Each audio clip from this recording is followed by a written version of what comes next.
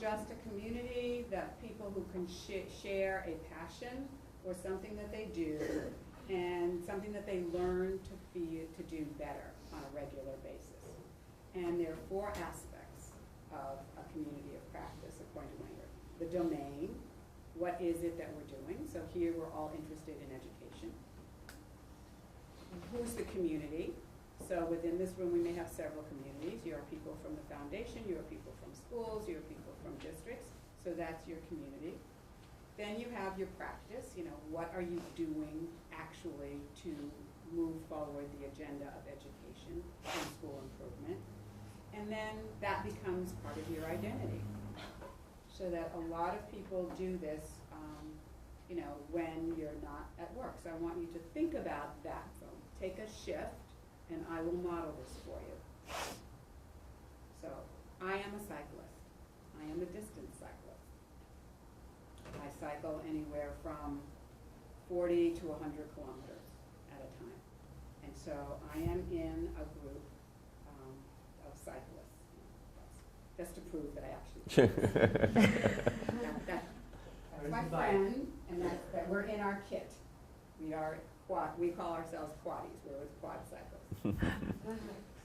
But another group that cycling group I belong to is Cycling Through History, and we are people who enjoy cycling.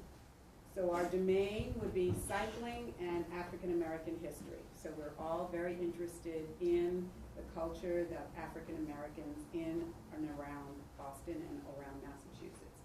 So we decided to get together and say, well, while we're cycling all of these distances, wouldn't it be nice to cycle to places that have significance in African American history and encourage other people to cycle and visit these sites?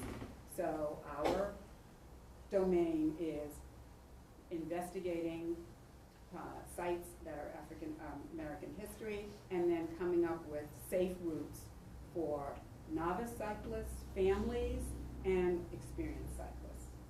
Right, so within our community, we are mapping out those sites and determining the safe routes. Our practice is that we ride the routes. We actually ride the routes and we research the history. And then in our identity, we actually have a website. If you want to go on it, you can. Where we post the sites. And part of what we're doing is to also try to maintain the oral history. So we've asked people to go to our site if they find, if they know a story about a historical site, or if there's a story in their family of somebody who used to live in this community, who used to do something. So we want to, again, promote oral history. So we have exercise, we have history, and we have oral narratives and family history. So we're bringing all that together.